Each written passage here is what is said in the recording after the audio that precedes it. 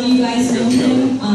He has a little thing called Mike's Vlogging Vlog. It's only been named the top entertainment vlog in Canada for a few years.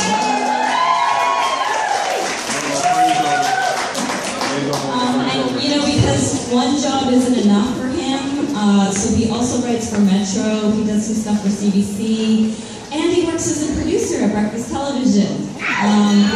You know, I mean, who needs one job or two? Let's go for 4. Why not?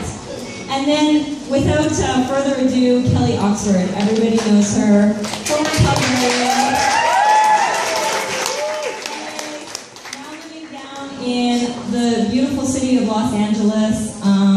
She has done a phenomenal job at building her brand on social media. I know Mike's going to get into a lot more questions, so I'm not going to steal his thunder.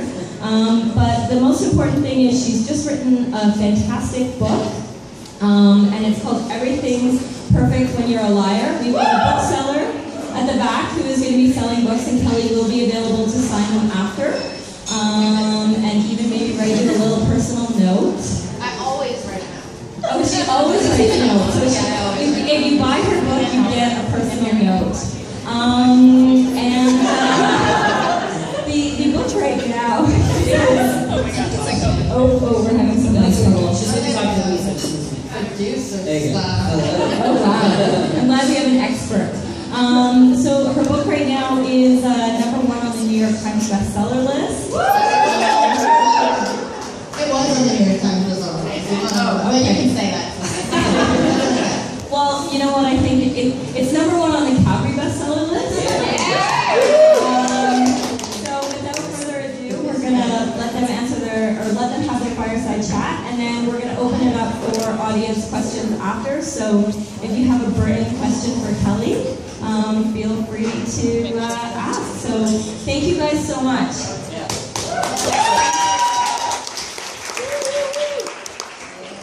How are you? I'm good. That was good. That was save it for my funeral, please. You talk about your funeral a lot. Oh yeah, I do. You do. What are some things you talk about on Twitter for your funeral? For my funeral, I want Ryan Gosling and George Clooney to dance me in like Weekend at Bernie style. Funeral. I need somebody to stuff my bra for me. It's really important. No. I need a cigarette. Somebody needs a cigarette in my mouth. Sunglasses in the casket. So your Twitter brand. One thing I noticed, like I was researching. You started on Twitter with this purpose: to be funny, to tell jokes. Yeah. Well, I didn't see any other purpose for it. Really. Because, I mean, Facebook had been around for a few years before I found Twitter. I found Twitter in 2009, and I knew that it was kind of an offshoot of the status updates on Facebook, just from the first time I went on it. I was like, oh, this is status updates. And the only status updates I gave a shit about on Facebook were the funny ones.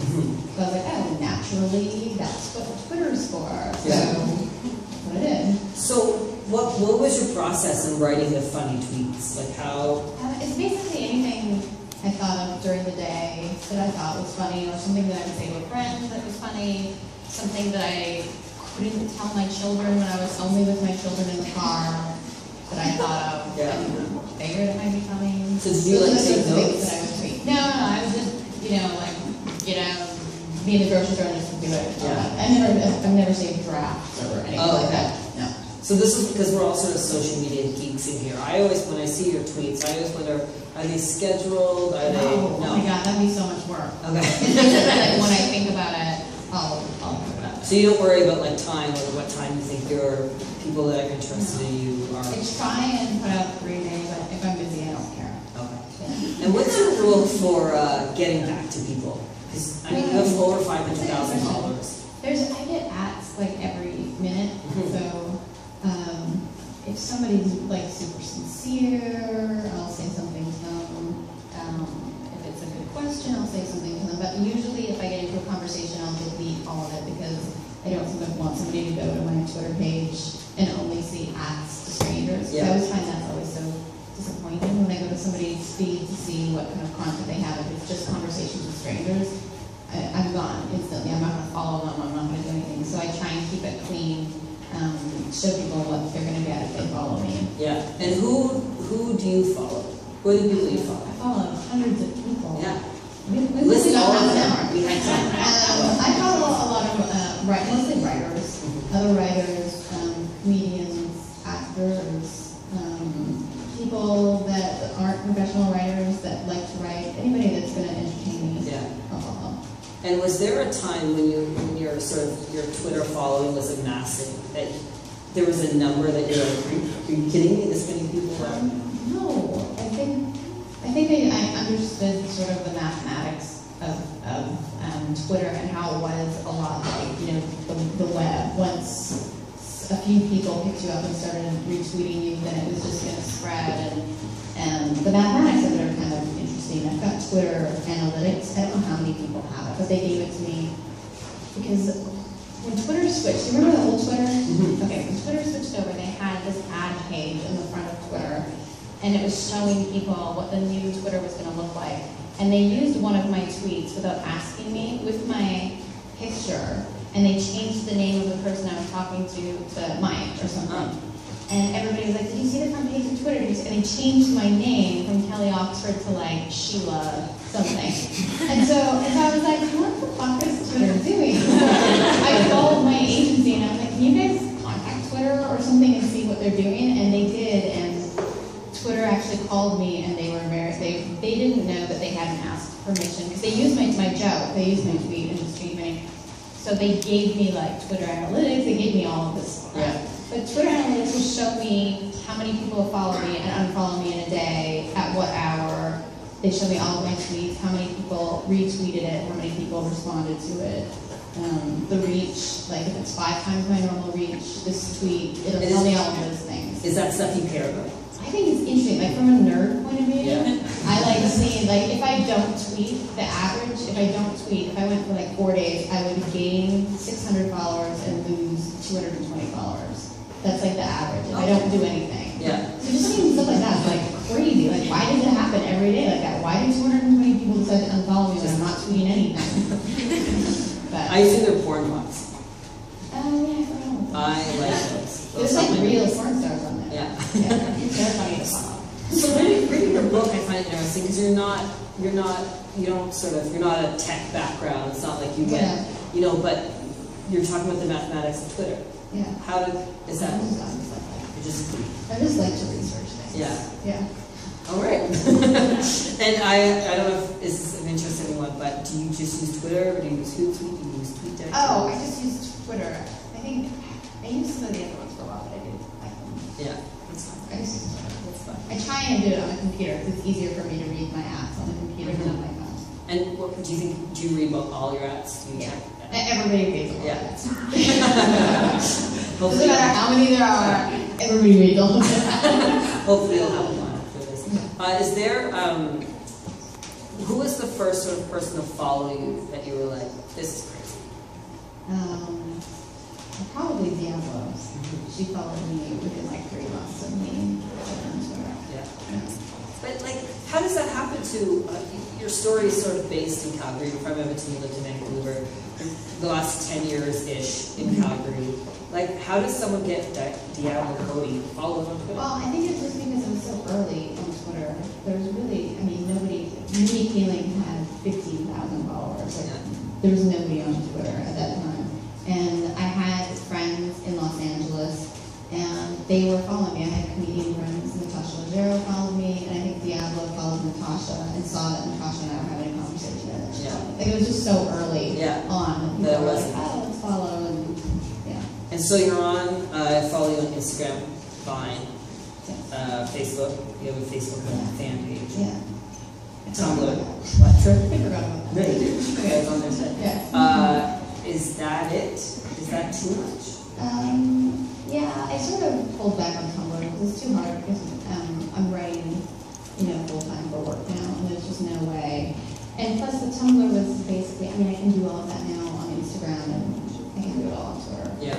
Any of those things. What do you think about Instagram video? I find better. daughter was really mad at me for saying that. She's like, Mom. So I was just like, no. She's like, you're not using Vine still, are you? I don't like it.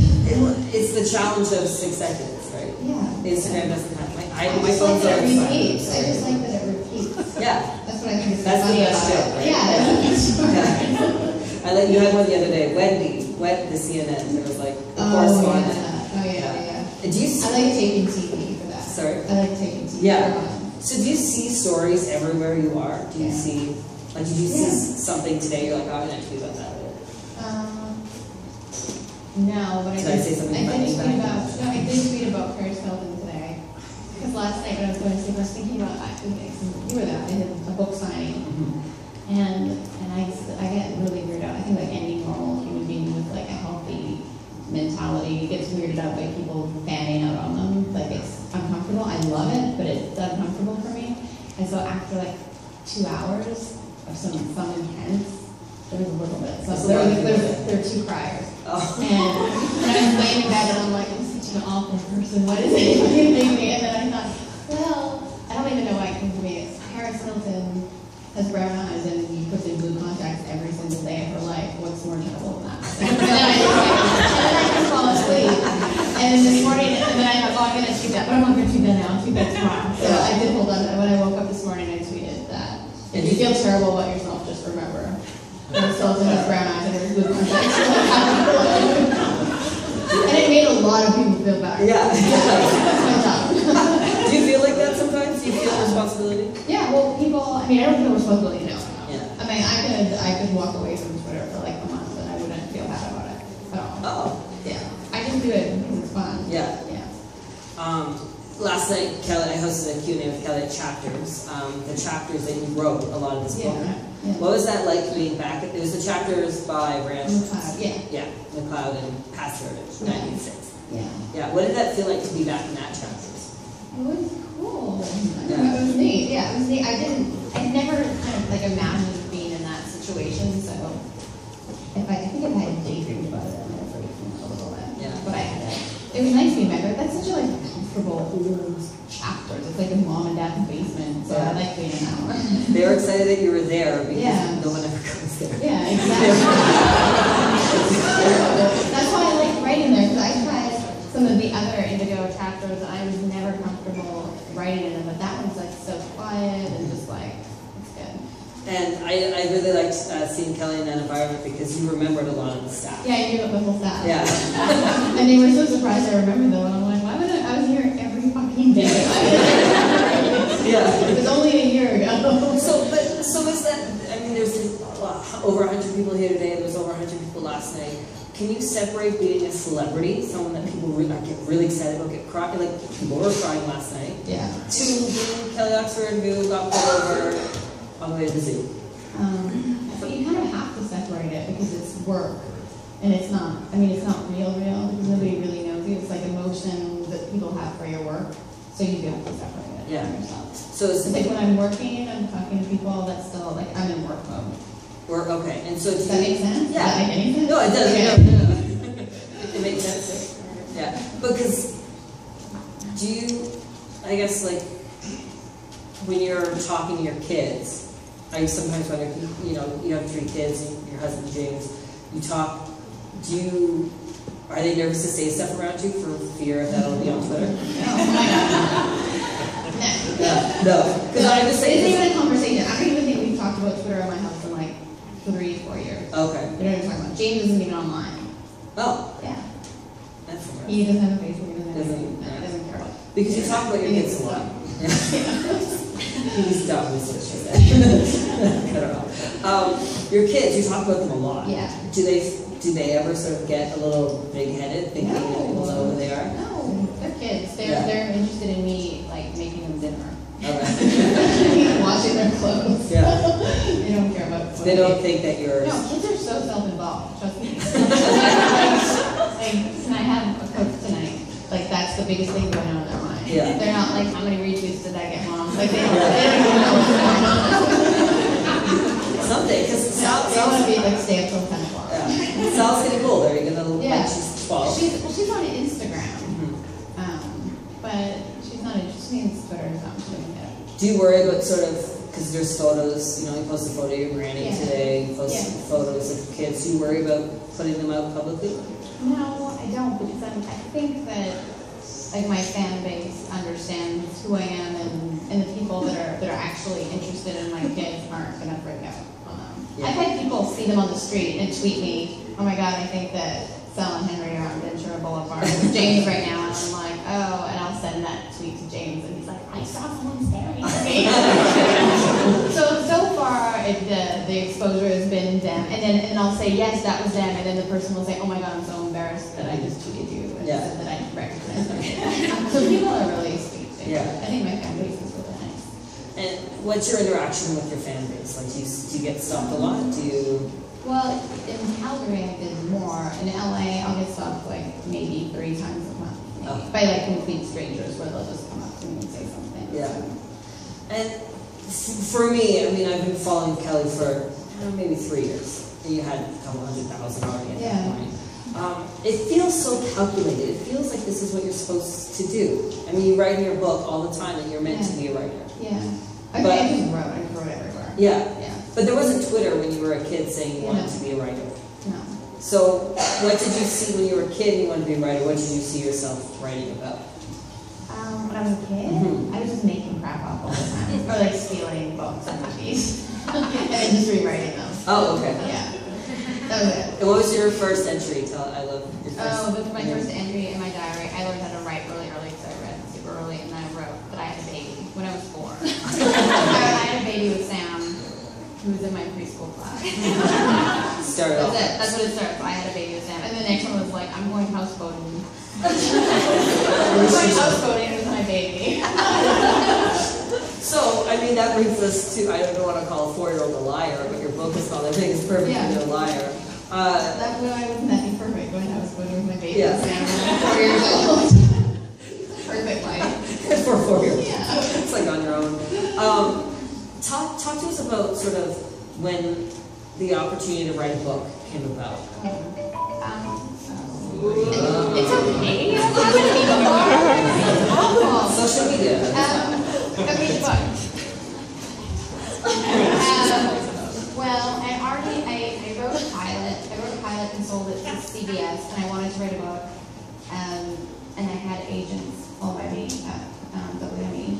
So I said, what do I have to do to write a book? I had some interest, mostly from literary agents in Canada that wanted to represent me, but no publishers had come forward and said, we want to make a book with you. So I had to put together like a 30-page proposal. You know, what I had to include 2 chapters from the book in it, and who my fan bases, who the book would be for, who I'm like, just like basically like a selling-ish, and then the title was the most important. Which is something we talked about last night. Yeah. Titles are like the most important thing for anything, for a blog, for a book, for a script. People will buy a movie idea based on a great title and a plot that they've seen a million times, but with a new setting. Yeah. So the titles usually do themselves. It's the title that sells it. Yeah, which is weird. Was the title, was that sort of the first title you came up with? Or No, I had actually with my book, in my proposal I had a different title. And then they said it would take people too long to figure out, which was, what was the first title? It was The Hamster Tweet. Was it The Hamster Tweet? It was too long. Yeah. It was too long. They said it was, it was the burning. There were girl magicians, but we burned them all. They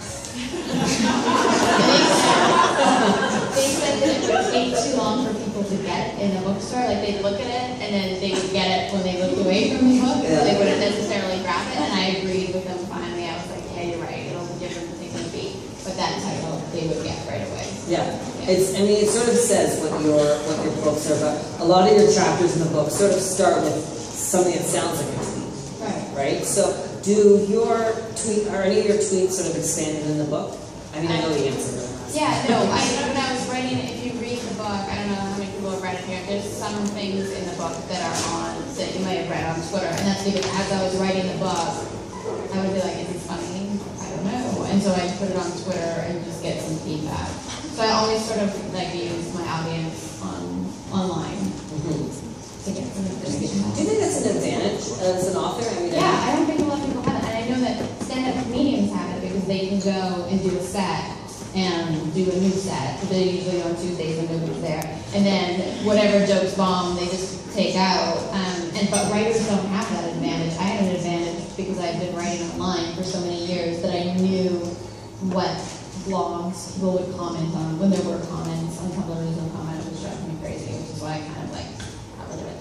But yeah, I could tell from my audience what they're interested in, what they're not interested in, and then I could go, oh, they don't like it when I write this so much. There are only like 50 comments that day, and there were 300 comments on that day. So I sort of honed in on what people like about me and about my writing that way, like for years. Yeah.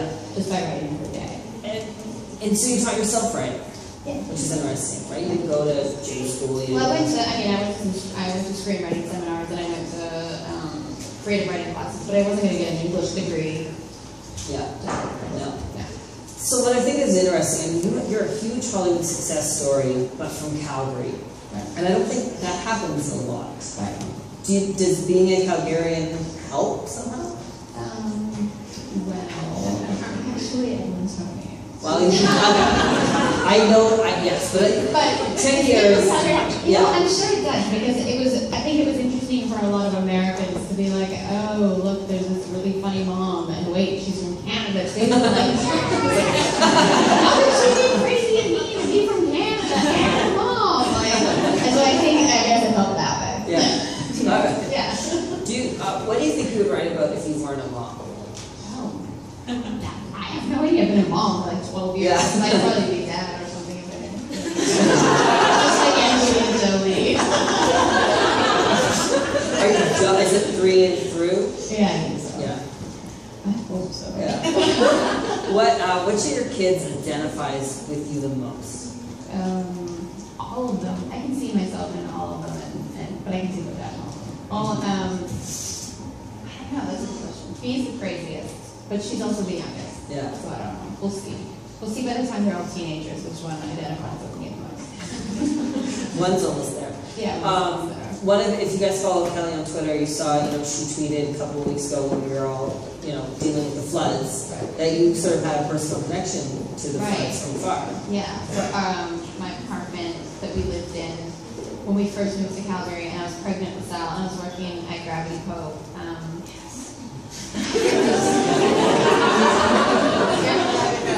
Yeah, my best friend is a general manager. I've known Louise since I was a little kid in Edmonton, and she volunteers. And so when I was pregnant, they were like, just look at the shoe store. And that was when all the shoes in the basement. So I sold every pair of shoes. People felt so bad for me. So I was so pregnant, and I was carrying up all these boxes to the basement, and they were like, we'll just take them. I was like the best salesperson. Yeah. But anyway, we lived in an apartment in Mission, just behind the Holy Cross Hospital, and that whole street was like gone. Our apartment was like a basement apartment. We were real swanky, baby basement, 1-bedroom apartment, driver's on fire.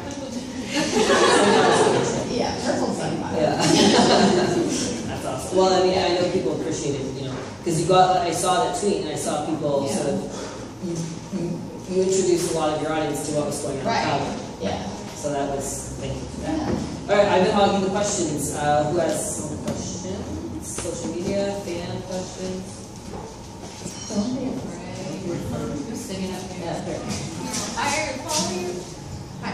I follow you on Instagram as well as Twitter, but I like to see all of your outfits that you post on Instagram. So I'm just wondering if fashion is one of your big passions. Yeah. Writing. Yeah, it is. I love it. Who are your favorite designers? Oh my god. My favorite designer? Stores. I would say I like Carbon. Oh, stores, online stores. I go to shop. Okay, this is my thing. This is the first thing. Everybody loves. My best friend said, why doesn't anybody ever ask you what the first thing you look at online is in the morning? And I'm like, that's a fucking awesome question. Here's the answer. I go to my computer and I go to Shopbop. I go to Net-a-Porter if it's Monday, Wednesday, Friday when they have new stuff. And then I go to the Outnet on Monday, Tuesday, Thursday when they have new stuff. But I go to Shopbop as well because they have new stuff 5 days a week. And now they have like lookbooks on the weekend, so now I have to go on it. So. But I shop online a lot. It's so easy. I'm gonna hijack that question. What other sites do you visit online? like shopping, and then Twitter. yeah, and Twitter, and then I have to enter a million emails. Yeah. How do you have people that work for you, or is it all you all the time? I have people offering to work for me all the time, but there's no way I could do it. No. I'm in control. So you can just ignore that email I sent? Any other questions? Front. Yeah, hi. Well, I know I sure deal with, the more you're on the internet and the more people you sort of interact with, the more amusing stories you accumulate from thrilling and sometimes stupid and or inspired interactions. So I was wondering if maybe you had a few humorous tales you wanted to share, maybe some like startling stupidity, perhaps. There was the one person, I think like a month ago, that wrote your idiot, it's spelled idiot wrong, I-D-O-I-T, and your was not apostrophe R-E, and instead of an idiot it was a, so they basically got the entire sentence wrong, calling me an idiot, and it was right before I was doing a book signing at Book Soup, so I said that anybody that came down, I would write that in their book that day. And so everybody showed up and they were like, do it, and I wrote it in everybody's book. And then last night in Calgary, somebody came up and at bookstores they put stickies with everybody's name in it so I can spell it correctly. And when I opened it up, it just said your, and he was like, please put that in my book. So that was like one of the best tweets I think I ever got. And I thanked the girl. I was like, I wasn't being hard on her, because how can you be hard on somebody who writes that? That's just sad. So I thanked her for that tweet because it made my life so much better. And then she shut her account down, which I still kind of feel guilty for. Guys, it's really sad. There were like thousands of people retweeting that and laughing at her. I felt sad. I deserved it. Do you have other regrets? Twitter? No. You're confident when you sort of hit publish, that's... Yeah, it's good.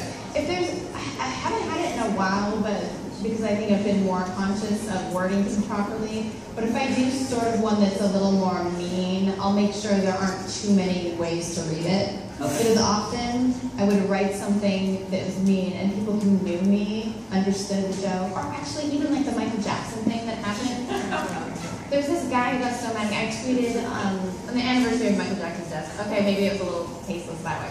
I don't think it was. But I said that when Michael Jackson died, it was the first time that Henry saw him as a child, and he was on CNN, and he said, oh, what, Michael Jackson was a black boy? And he was like, he was born black? And I was like, yeah, so I tweeted that, because he had no idea. He thought Michael Jackson was white. Yeah. He's like 9 years old, he had no, so I tweeted that Henry said Michael Jackson was black anymore. And this guy went crazy on Twitter. He said he was like, he basically threatened my life. He said, when you die soon, maybe I'll make jokes about you. And then like, all these Michael Jackson people came after me, and I was just like, dude, like, if you better get somebody to write a joke for me at my funeral, because yours won't be funny. My first interaction with Kelly was because I was getting hate mail from Nikki Yanoski fans. And it's so random. Who likes me? Anyway. Anyway, so I knew Kelly was in Calgary, and I knew she got sort of like those kind of events. So because they were emailing my editors, and I emailed Kelly. And I was like, how do I deal with it? And you just like ignore it. Yeah, you have to ignore it. Because if you get into it, oh, and then the other day, this is really weird, and I feel bad about this, but there's no winning. I tweeted what did I say? If men could get pregnant, there would be abortion clinics in every Starbucks or something like that, or in every gas station would have an abortion clinic. And then this transgendered woman tweeted to me, men can get pregnant. And I was like, oh, ha, ha, ha, ha, ha. And then he was like, oh, you're wiping transgenders off the map. You're a transgender bigot. And then all of these people in this transgender community, like hundreds of them, were retweeting me and saying that I was a bigot, and I was like, holy shit. I was like, dude, as far as I knew, men couldn't get pregnant. Fuck you. And it was like this huge thing, and like they're like, we're putting this in our transgender literature, and I'm like, holy shit. And so like, basically you can piss anybody off. And then I saw today, Roseanne, who gets in trouble all the time on Twitter was just like, she's like, I'm not a transgender bigot. I'm like, oh, they got her.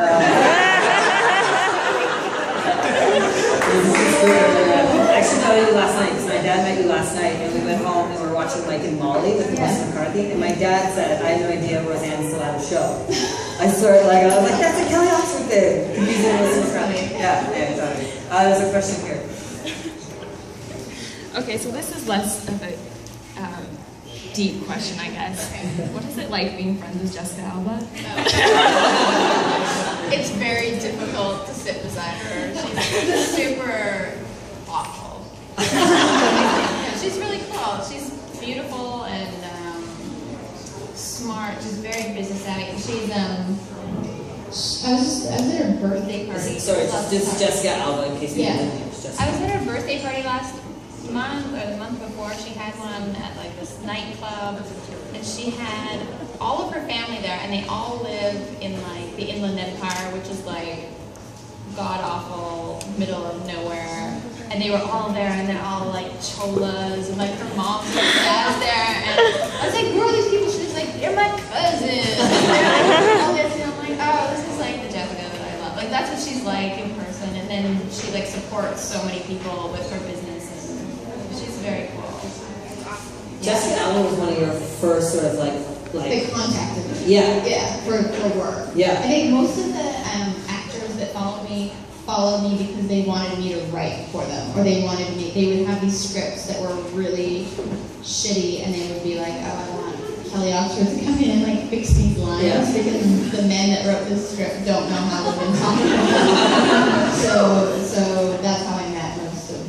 And do you ever write those scripts? Yeah, I'll get pulled in and write it. What are they? I can't tell you, it's all stuff in development.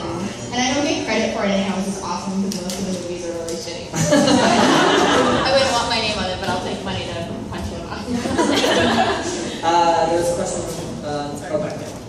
Hi, so it's another bit of a mundane question, I suppose, but you've been talking a lot about how your kids are starting to use social media and you're getting in trouble a lot on Twitter. So I'm wondering if you're kind of afraid things you say now are going to come back to haunt you when they make like a @shitmymomsays handle or something. They already would. Everything's so instant now that it's like, I mean, people call anybody out right away if they say something, so I don't think anything will come back. I don't think the kids will be mad about anything. I leave out all of the terrible things about mommy. I can imagine like mommy bloggers are going to get in a lot of trouble when their kid's like 14 and it's like, you wrote about training, like shitting in a toilet. Like, why would you put that for everybody to write? Like, I wrote about his diaper thing. It's as close as I came, but he thinks that story is really funny that his diaper exploded in my hand. But I was never really personal about any of their problems or like actual difficult. When I share things about my family, I try and put it into a family sitcom sort of mindset, and I think that by doing that and by showing people that families are actually fun and can do fun things, or there's humor in families, it also helps brand me because then people would feel like me online was sort of their family sitcom. So I try not to put stuff out there that isn't funny because it's kind of boring too. I don't want to read about that. Somebody else. So. Thank you. There's an amazing story in your book about the first date you had with James. Yes. Will your kids read that story? Yes, but not yet. All right. They will. I think when Sal starts dating, I'm going to show her that story because I don't ever want to be a hypocrite, and I don't want her to be like, you told me this about sex, but you had sex with Dad on your first date. Yeah. Plus, I think it's a good lesson that you can have sex on your first date and marry someone and stay with them for 15 years. Yeah, I mean, so far, it is. You were with James since you were 19. Is that right? Yeah. Yeah, I mean that itself is exceptional. Yeah. That doesn't happen. That's and 3 kids and. Yeah. How does James deal with that lifestyle? He loves it. Yeah. Yeah, because he doesn't have to work anymore. He's on hiatus from work. Yeah. My dad last night after meeting you was like, what does her husband do? Yeah. How is he? Yeah. I think he was on oil and now he's down Yeah, in he's an environmental engineer. Yeah. So he's like on the cleanup remediation side of things. Yeah. And now he doesn't do any of it, which he loves. He's like, I can never clean up Alberta. He thought it was like, I try, and I go over every day, it doesn't get any difference. So, Did you ever think that you would be the breadwinner between you and James? Oh Yeah. yeah. Eventually. That's awesome. Yeah. Because you had your book talks about lots of different jobs that you have. Yeah, tons of Yeah. them. Yeah, I was Not thinking for a a lot while, I was of thinking them. my second book would be just all of the jobs that I had that weren't in that book, because I could fill a whole other book with different jobs that I had, but Yeah. I'm not gonna do that. Are you planning a second book? I think, well, I wrote a proposal for a second book, and then they said yes, and they want to buy it, and then I was like, oh, I don't want to write a second book. I don't know, I have to come up with an answer soon. I'm sure I'll say yes, but a book takes a long time to write. Like, way longer than a script, and a script pays a little bit more than a book, and it's like... So you're working on scripts right now? Yeah, all the time. All the You time. have to work on like 6 things at a time as a writer to make enough money to survive. And so when will we see the next Kelly Oxford project? Who knows? I can work in TV behind the scenes of movies, and you will never know if I wrote it or did it or anything. Would you talk about it on Twitter, saying like, oh, I worked on this? No, I kind of kept that separate, like my work life and Twitter separate. Yeah. It's sort of like, that's me. I didn't even, my book people were like, oh, are you going to put the book cover as your background on Twitter? And I'm like, no. I'll use it on my like avatar for like the first month, but I'm not going to change the background as on my book. Yeah. But you promote your book a lot on Twitter. Yeah, I did for like the first 2 months. And then you get people who are mad at you for promoting your They book. get really mad about it, which is so crazy because they're following me because they like how I write. Yeah. I always wonder I don't get it. I always wonder that too. All right, I think we can wrap up. I know a lot of people want to meet you and sign your book. I think, yeah, they can just They sign can their sign own. my book. Yeah. But you can't. We learned that yesterday. Yeah, that's right. You can't sign somebody else's sign book. someone else's book. No. I have one last question though, if no one else does. You swear a lot in your book. You couldn't say it yesterday. What's your favorite swear word? Fuck. Next. You can't say that in chapters with kids. Right. You said I could. It's Oh. mine.